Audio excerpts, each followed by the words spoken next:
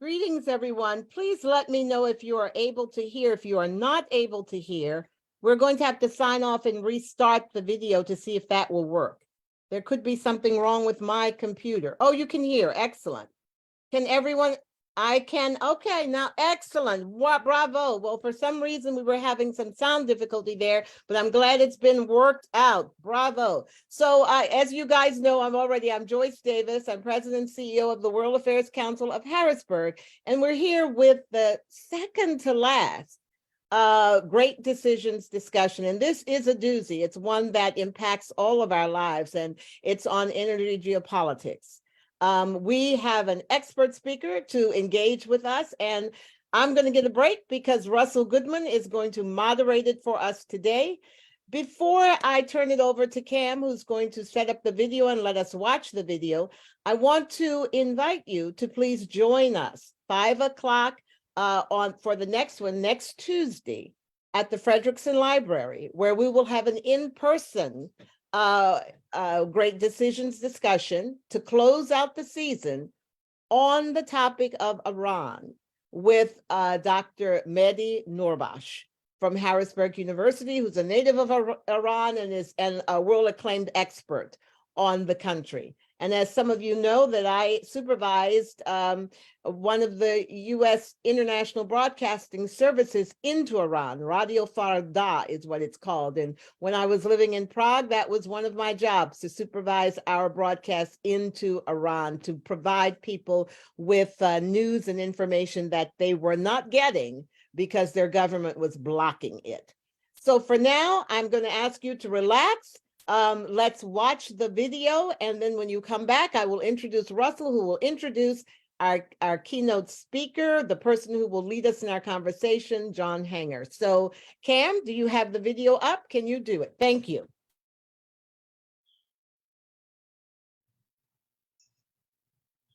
Welcome, ladies and gentlemen, to Great Decisions 2023, an 8-lecture masterclass brought to you by the Foreign Policy Association.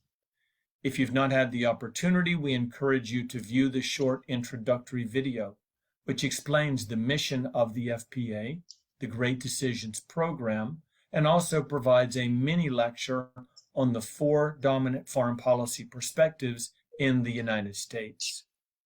Each year, the editors at the Foreign Policy Association select 8 challenges or great decisions facing the American public and our foreign policy makers. The Great Decisions Handbook provides a mini chapter on each of the Great Decisions topics. In 2023, our topics are energy, war crimes, China, economic warfare, Latin America, famine, Iran, and climate migration. We begin today with topic number 1, which is energy geopolitics. The source of energy that we rely upon has evolved over time. For hundreds of thousands of years, humanity relied upon burning wood, coal, and then in the 19th century, petroleum became the dominant energy source. The global economy, industrialization, trade, all of it has relied upon oil for a very long time. But as we move into the 21st century, other renewable sources of energy are becoming more important, from solar to wind to nuclear. The importance of energy in modern life cannot be overstated. It is an essential component of national strength, security, prosperity, and even survival. That makes energy a truly geopolitical calculation and a very important foreign policy challenge. In making that geopolitical calculation with energy, we must always be flexible because world politics changes very quickly. Think of things along this spectrum: oil exporters to Western markets. There are those countries who we ban imports, such as Venezuela, who must be punished for its non-democratic status. And on the other end of the spectrum, at least until recently, was the Russian Federation, which provided an enormous amount of the oil and natural gas needed by European allies. With the Russian invasion of Ukraine in 2022, however, the tables are turned. Now we're punishing Russia by banning its energy exports and opening the door to more Venezuelan oil exports. Energy's role in foreign policy varies greatly. It could be as simple as the other country has resources that we need, let's invade and take them. That was the case in the Pacific campaign of World War II, as Japan, which has very few in-state energy sources, felt the need to invade much of Southeast Asia, or more recently, Iraq's 1990 invasion of Kuwait. Another way that energy plays into foreign policy in a very positive way is joining together for international environmental conferences to address the implications of the burning of fossil fuels. We saw that in Rio in 1992 and decades later in Paris. Bilateral agreements between countries demarcating boundaries across their shoreline in order to gain access to natural gas or other energy sources. Classic example here is the 2022 Israeli-Lebanese treaty. Two countries that do not get along terribly well, and yet they recognized a common interest in demarcating their boundary offshore so that these sorts of oil and gas fields could be accessible by each of them. And then finally, we have the weaponization of energy, using oil or natural gas as an instrument of foreign policy to reward allies and to punish adversaries. Embargoes of oil, reduction of oil production are primary ways of weaponizing energy in world politics. Who amongst us cannot remember the gas shortages of the 1970s, when a group of militarily insignificant countries in an organization called OPEC decided to dramatically reduce production, sending the price of oil, gas, and energy through the roof and really shaking to its foundation the Western economic model. We can see in this graph how dependent Europe has become on Russian oil and gas pipelines. Those pipelines provide significant amounts of energy for Germany, some 62% pre-invasion, and all of that has dropped down to zero. It seems on one day that the West is boycotting Russia, and on the next the Russians are reducing the amount of oil and gas they're willing to export. There's a real game of chicken being played between Russia and Germany in particular over oil and gas supplies. As we look at energy geopolitics today, there will be three main considerations before we turn our attention to foreign policy options. We'll look at the sources of power in general, the role that energy plays in that calculation, enhancing access to energy, and finally, American strengths and weaknesses as it relates to energy geopolitics. We begin with sources of power. Looking at the world's nations, we can place them in order from most powerful to least powerful with very little difficulty. The question becomes, however, how do we calculate power? If we look at a nation and view its military, its economy, and its leadership, we get a pretty good idea of that nation's capabilities, but these are variables that change rather quickly. This is more of a snapshot of what the country looks like at the current moment. If we're interested in looking at a country long term, what role will China, India, South Africa play in 20, 30, or 40 years? We can't look at leadership, economy, or the military today. We need to look at what I call the anchors of power for every nation state. They do not change very quickly, if at all. One of them is their geostrategic location in the world, their population demographic pyramid, and their geography, the richness of the soil and the energy sources within it. In terms of geostrategic location, some nations are in a very difficult spot. Take Mongolia, which forever has been sandwiched between two massive powers, Russia to the north and China to the south.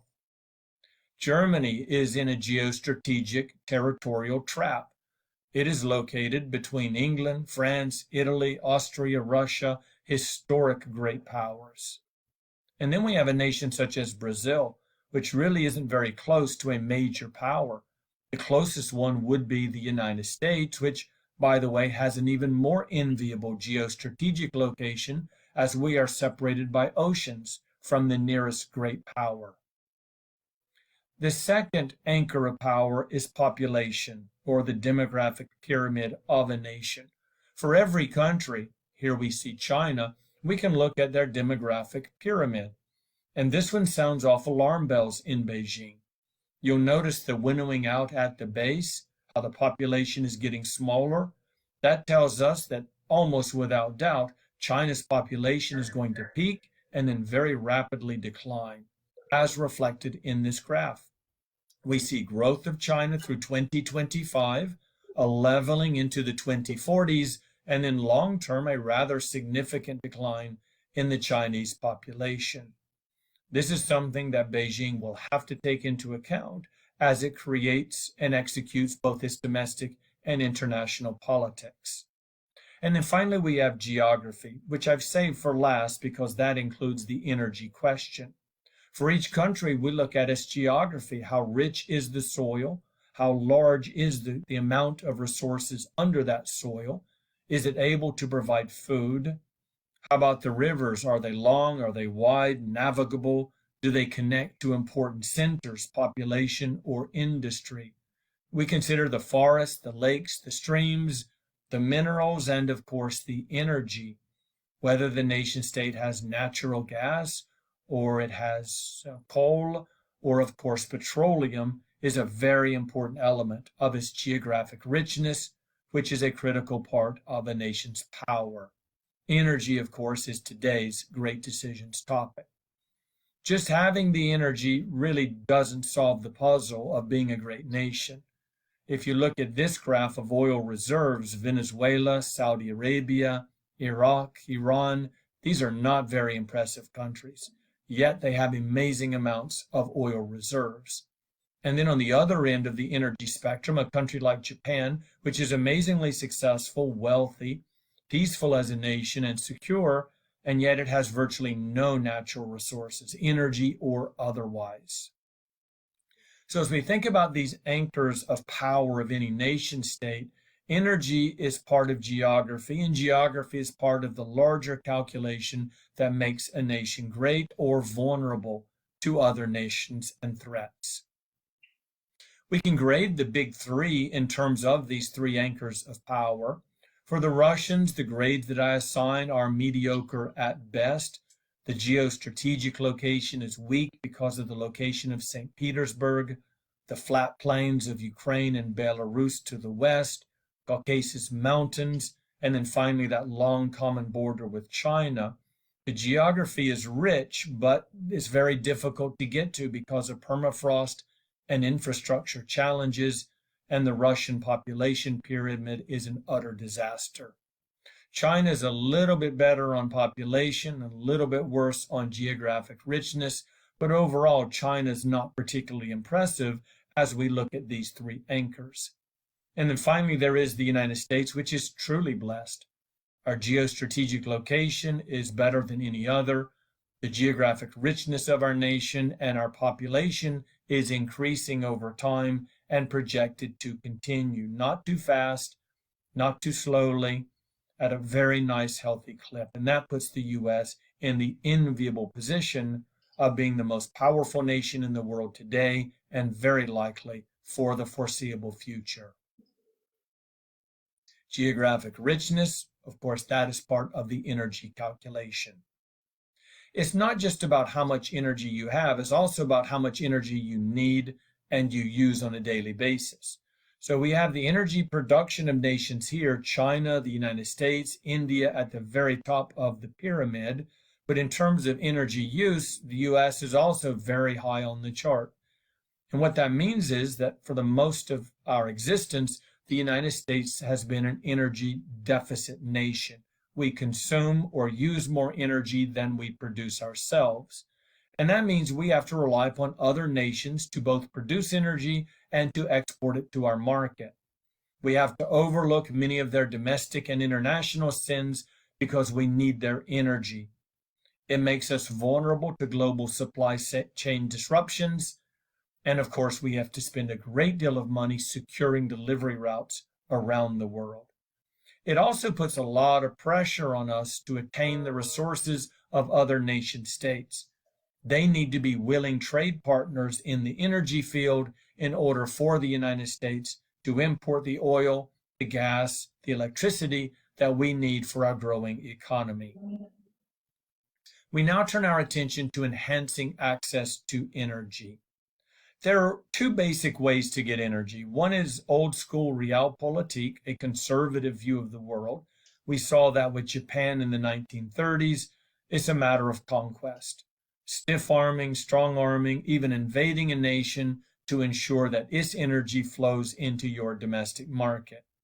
And then we have the much more liberal point of view, which is that, well, just like Japan after World War II, you import the energy, you trade for it. You use your comparative advantage, producing commodities and services that the world needs. You sell those on the global market and use the profits to purchase goods, services, energy from other countries. So Germany and Japan both turned into trading nations after World War II and relied upon international trade for their energy sources. The United States has predominantly favored the liberal point of view when it comes to energy. We have established a global system of stability by outlawing warfare and created a global trading order that allows the free, unfettered movement of oil, gas, and other energy sources across the international system. The growth in trade globally since 1950 is eye-popping. This is the American era of international leadership.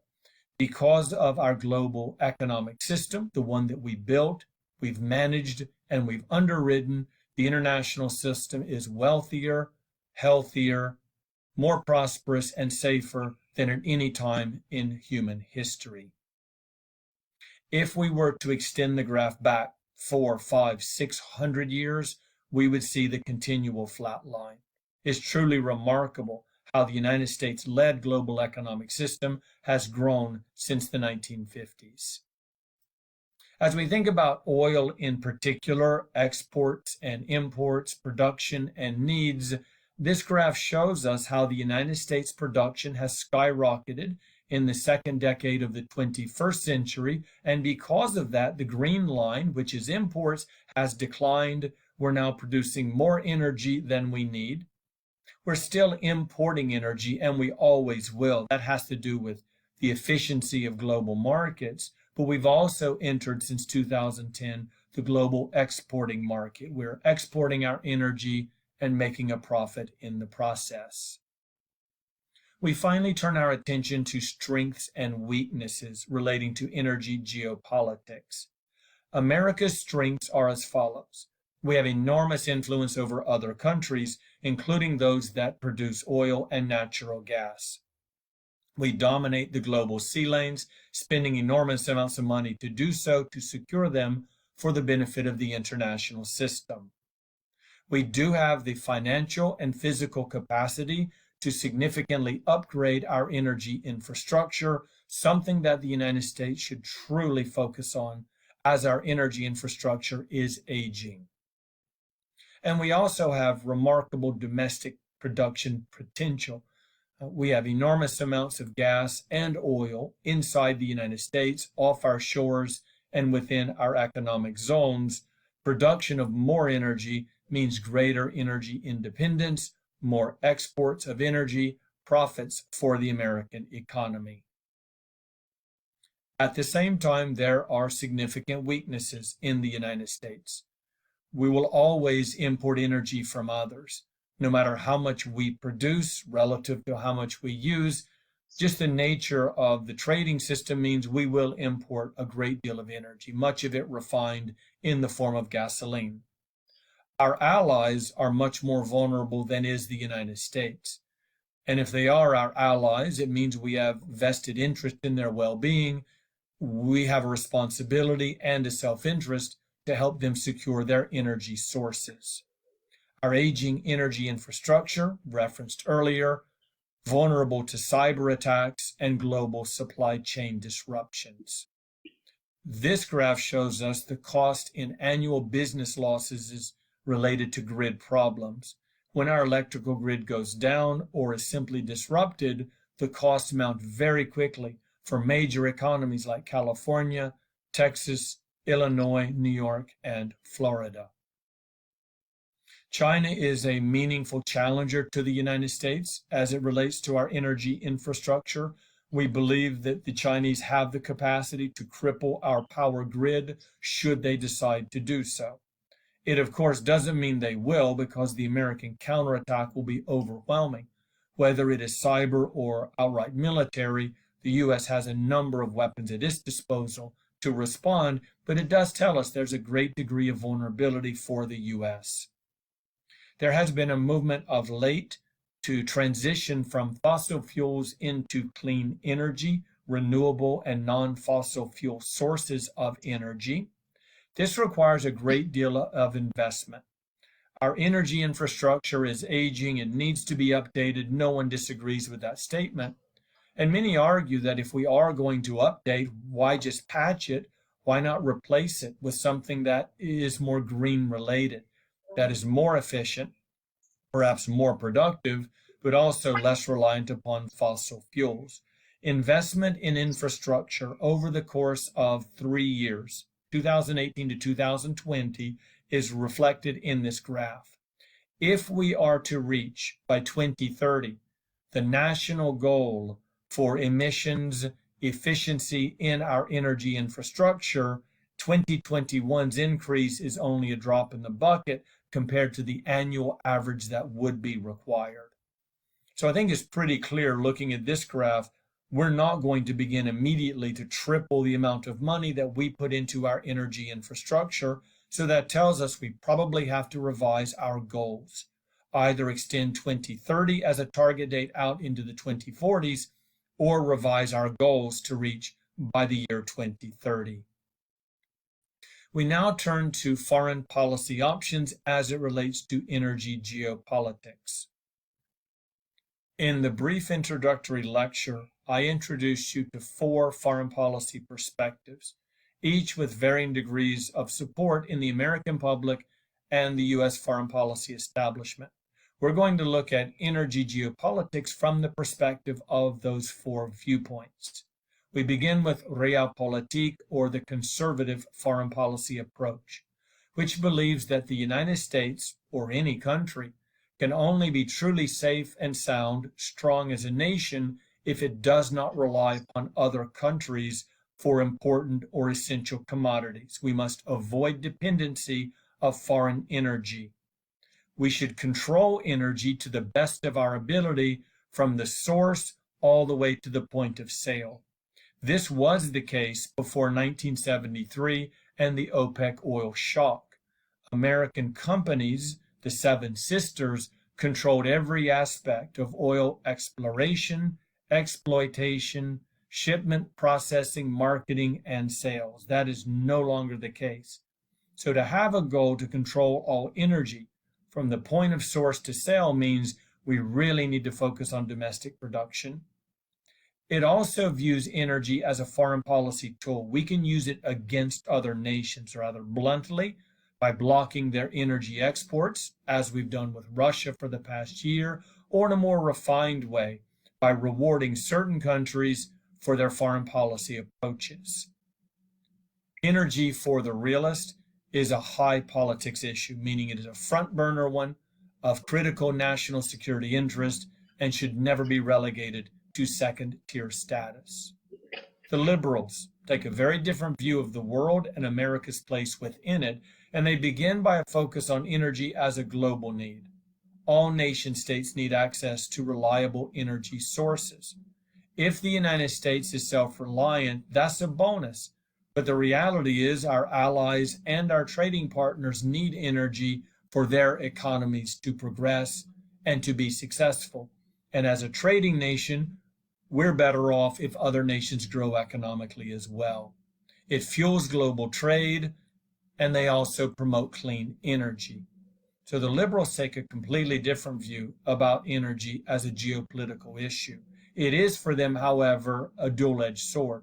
They understand the need for energy and they promote it globally, but at the same time, the more energy that is produced and used, the more likely it is that our climate will continue to deteriorate. The neocons, very popular in 2003 and for a handful of years during the younger Bush administration, their view on energy is rather similar to the realist. Avoid energy dependence, deny access to rising powers of American energy sources, and route energy away from any adversaries. Spend money, if necessary, building pipelines that avoid Iran, for example. Develop full energy independence is a consistent argument made by the neocons. The more self-reliant we are, the safer we are, and the more influential the United States will be. Then finally, we have the America First argument, which again is quite similar to two of the others. It's all about domestic production. They call for reducing regulations to allow greater exploration of energy, more exploitation in what many believe are fragile areas like Alaska, and provision of direct incentives.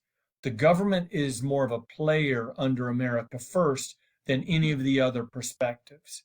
According to liberals like Adam Smith, in economic terms, the government should stay out of the way and only be a referee, only blowing the whistle when someone breaks a rule.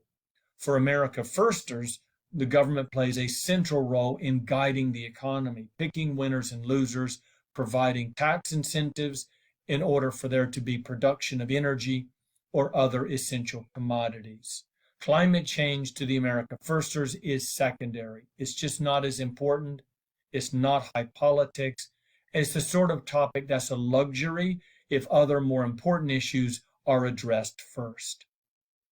So as we think of energy in the context of American foreign policy, it can move in any of these directions.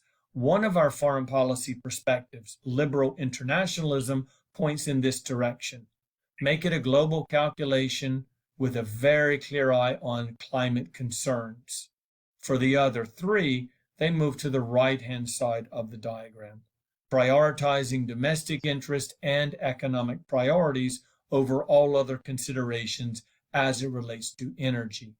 For that reason, whether we elect Democrats or Republicans to Congress, to the White House, the American public is very clearly on this side of the line, and that tells us that America foreign policy moving forward is much more likely to reflect an America First, neocon, or conservative realpolitik approach than it is the more traditional liberal internationalist. This concludes our first of 8 topics in this masterclass. I thank you for joining us, and encourage you to visit fpa.org to stay engaged, order your Great Decisions Handbook, and continue to enjoy all of the benefits provided by the Foreign Policy Association. Until next time. Well, great. There you have gotten an overview. And to lead our discussion and to provide some additional insight, I'm going to turn it over to the moderator, Russell W. Goodman, who will introduce our speaker. Russell. Thank you, Joyce, and welcome to everybody to our program this evening on a topic that I'm not sure can be topped. Very, very important. One of the things that the foreign policy speaker presented was what is the situation in Russia and its invasion of Ukraine. What happened there really is a microcosm, when you think about it, of just about any country in the world when it comes to its own energy picture. Where do you get your energy from? What do you do when there's a supply chain interruption? Are you in a position to explore renewable energy? How does climate change, how does sustainability factor into your decision-making process? Very important questions, and tonight we have an expert who can take us through all of those issues. John Hanger, president of Hanger Consulting, LLC. In that capacity, John provides expert testimony in legal proceedings. He advises on energy and environmental issues. And ideally, for our program tonight, John focuses on decarbonization and climate change. You know, to use his phrase, John's resume is filled with formers. Let me just take a look at some of them. He's former policy secretary to Governor Wolf. He's the former secretary of the Department of Environmental Protection in the Rendell administration. He is the former commissioner of the Pennsylvania and Public Utility Commission, nominated by Governor Casey, by the way, and former public advocate for the consumers of the Philadelphia Gas Works and Philadelphia Water Department. Well, all of that used to be, all of that is formal. What is still the case is that he is expert in the issues that we're going to be discussing tonight. So let me now welcome, without further ado, John Hanger. Welcome, sir. It's your floor. Thank you, Russell. Appreciate the invitation tonight. It was a incredible overview that was provided. I'm going to build off that by suggesting that the entire role of energy in politics, international relations, and the economy is in the middle of a historic change.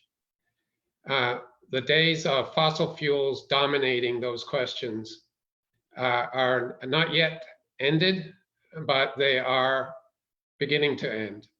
And within, pick the time, 2, 3, 4, 5, 6 decades, sometime between, say, 2040 and 2080, the role of coal, oil, and natural gas will be very much a note in the history books, as opposed to something that really drives the discussion that was provided in the beginning presentation. How is that happening? Why is that happening?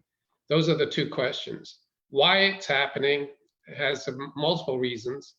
One is certainly climate change. Second is national security concerns in a variety of different countries who are not blessed with oil, gas, and coal.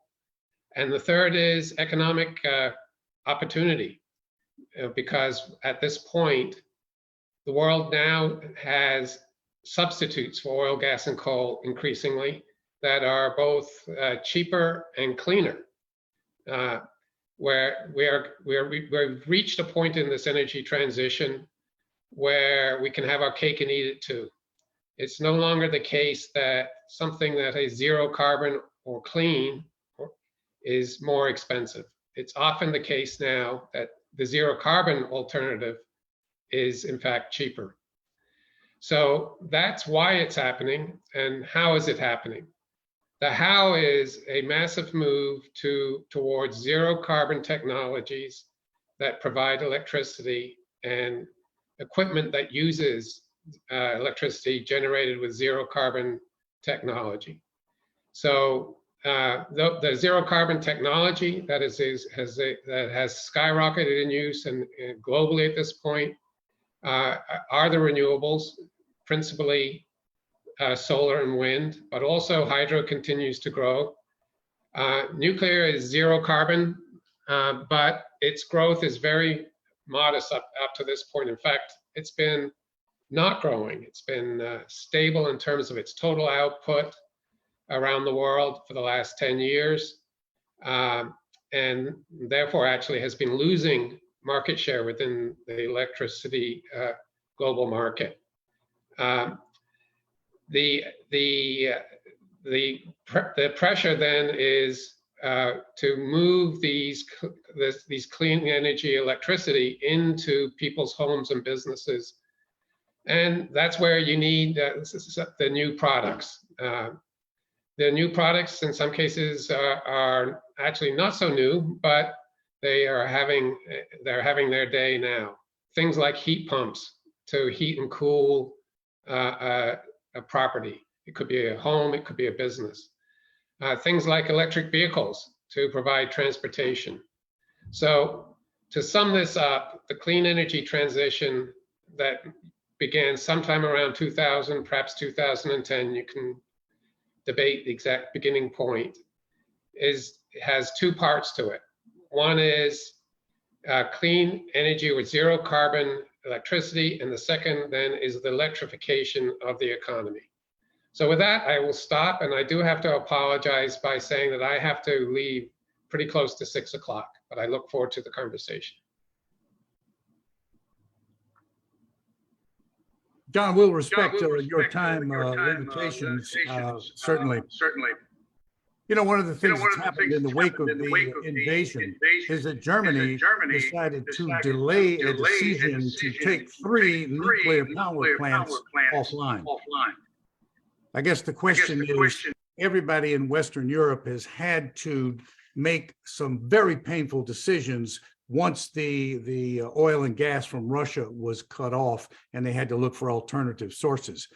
Do you see a resurgence in nuclear power throughout Europe? And do you see alternative means such as wind and solar, et cetera, which has been building and has certainly increased in the last couple of years, no doubt about it. Do you see that coming to the fore? I guess the question is, where do you see that developing there on the continent?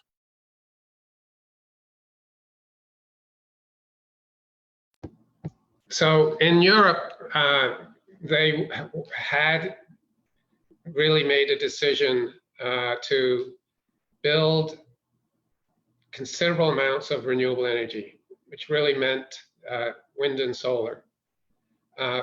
And now they've tripled down on that as a result of Putin's invasion of the Ukraine. Some thought they might back away from that, but they've actually realized that the invasion of the Ukraine by Putin and the skyrocketing natural gas prices, which went to literally the moon in Europe, were a deep economic threat as well as national security threat. And their only way to sever themselves from that threat, or to protect themselves from that threat, is actually to get off fossil fuels. As long as they're tethered to fossil fuels, whether it be gas, coal, or oil, they remain vulnerable in Europe. So they have accelerated their adoption of renewables, including now battery storage, to further dispatch renewables. Nuclear, frankly, new nuclear's economics is very different from existing plants' economics. Those nuclear plants already built operate pretty cheaply. To build a new nuclear plant in Europe or the US is very expensive. So France is building 6 more nuclear plants. They have about little less than 50 plants operating. Those 6 new nuclear plants won't come online for more than 10 years. Czechoslovakia is building a couple nuclear plants. Again, you're looking at 10 years or more to bring them online. Nuclear will do well to just simply maintain its market share in Europe and around the world between, say, 2023, where we are now, and say 2035. If there's growth in nuclear, it will come after 2035. And there's a big if. For that to happen, the nuclear industry is going to have to be able to slash its costs, build on time in Europe and the United States, and build on budget. 2 things that really haven't happened in Europe and the United States for quite a long time. John, one of the things that's happening in the green energy movement is that China has moved to the head of the line. They are the premier production site in terms of green energy technology. The question then is, what, if anything, should the United States do about that? Should we allow them to continue in that lead position, or is it in our interest to try to top them in manufacturing of that type of technology? What's your view?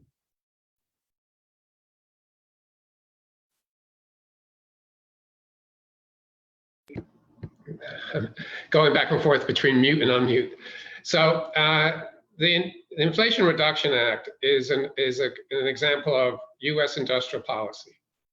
It is an attempt to not only bring more clean electricity and clean energy options into the economy, or zero carbon options into the economy at the consumer end, but it's also an attempt to increase the manufacturing base of these technologies in the U.S.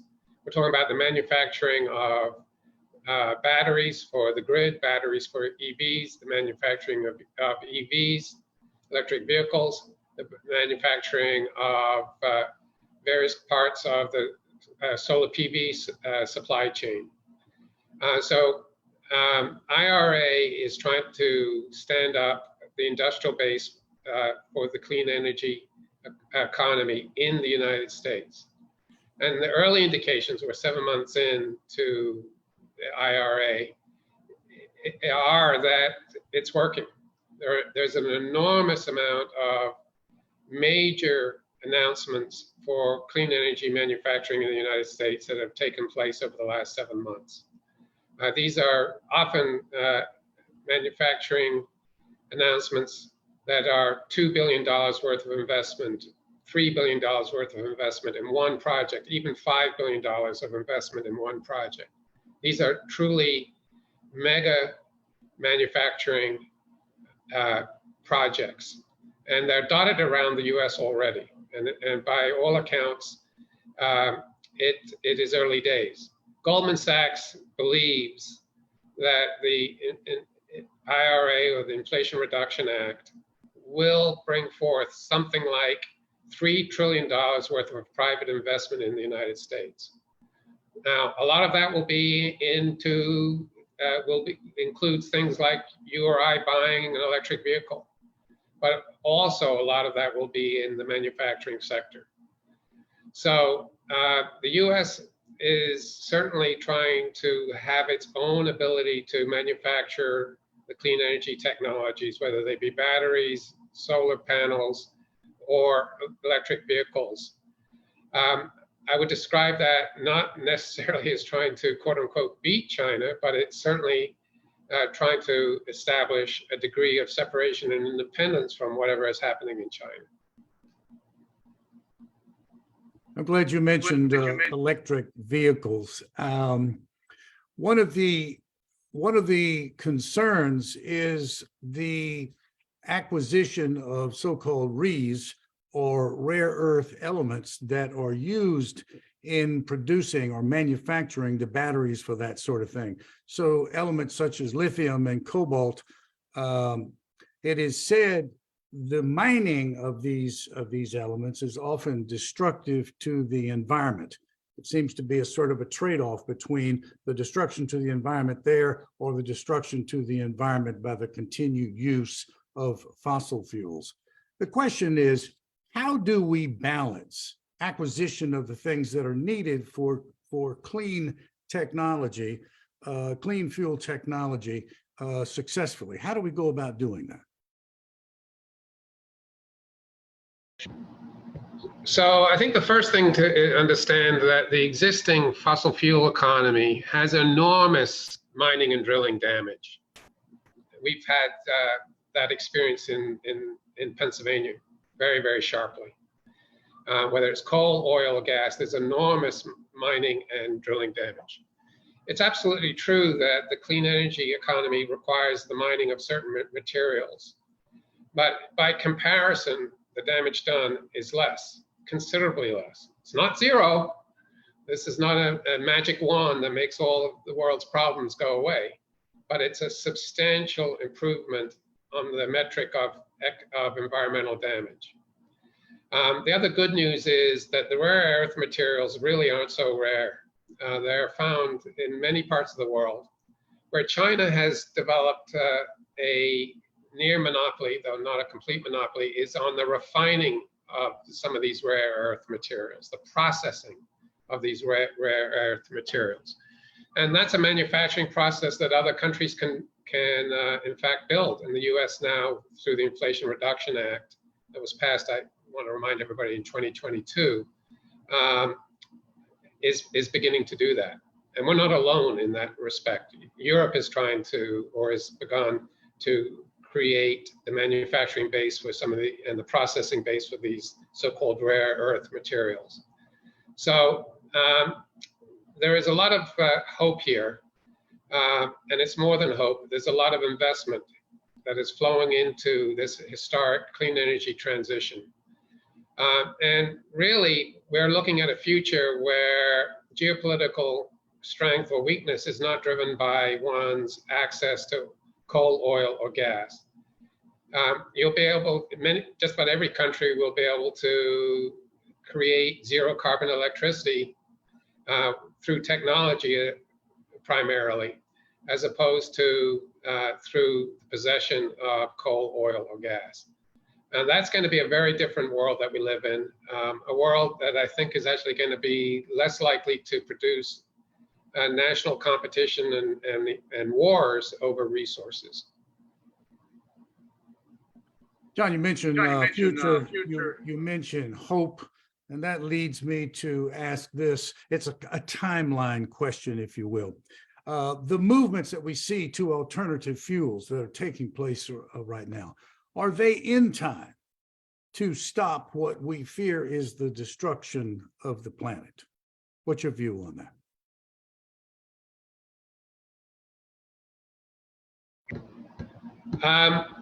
Well, so I'll take that as a climate change question. So at this point, we've had about 3 degrees Fahrenheit of warming globally since 1880. So over about 140 years, we've had about 3 degrees Fahrenheit, about 1.1 degrees centigrade of warming, a little more than 1.1 degrees centigrade of warming.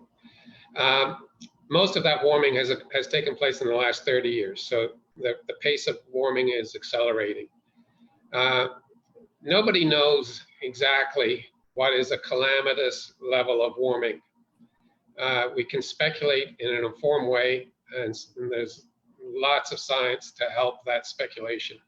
But most scientists believe the risks of what we'll call calamitous warming rise to unacceptable levels if we're much north of 2 degrees centigrade, which is about roughly 5 degrees, 6 degrees Fahrenheit, something in that range. So we're more than half of the way already there to a zone of risk, but it does include catastrophic warming. Doesn't mean catastrophic results will happen if we reach the equivalent of 5 degrees Fahrenheit or 6 degrees Fahrenheit warming. And I think we are going to reach 5 or 6 degrees Fahrenheit warming. But we enter a zone of risk where certain things could happen that would indeed be calamitous. So the fact that temperatures have gone up already is a fact. It's not speculation. The fact that warming is accelerating is a fact. The fact that sea level has risen about 10 inches already is a fact. And 10 inches doesn't sound like much, but take a trip to Florida, where a lot of that state and a lot of our sea coasts on the Atlantic have development with maybe 6 feet above sea level. So, we're already close to a foot of sea level rise, and it's continuing. So the warming that is taking place now is risky, and we're heading to a zone where calamitous events could indeed happen. So there's a race against that, and I have every confidence, 100% confidence, that the clean energy transition is going to be completed somewhere between the next 30 to 80 years.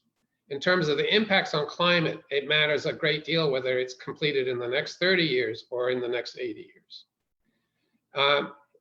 If you have grandchildren, their lives now and the quality of their lives, regardless of where they live, including in the United States, is very much at risk, or is very much going to be determined by whether we complete this clean energy transition in the next 30 years or in the next 80 years. We're going to complete it, but whether we complete it in time to limit, not eliminate, but to limit the risks posed by the warming that's already happened and that is already underway is an open question. Well, John, clearly we have our work to do, and I know that you've got work to do elsewhere and have got to get out of here. So just want to say thank you so very much for your time and your expertise. Thank you very much. Now back to Joyce. I just join in thanking John Hanger for taking time from his busy schedule. And I remind you, next week, Tuesday at 5 o'clock, Frederickson Library, and we will conclude the 2023 Great Decisions discussion with a talk on Iran. Goodbye, everyone. Hope to see you next week. And thank you, John Hanger.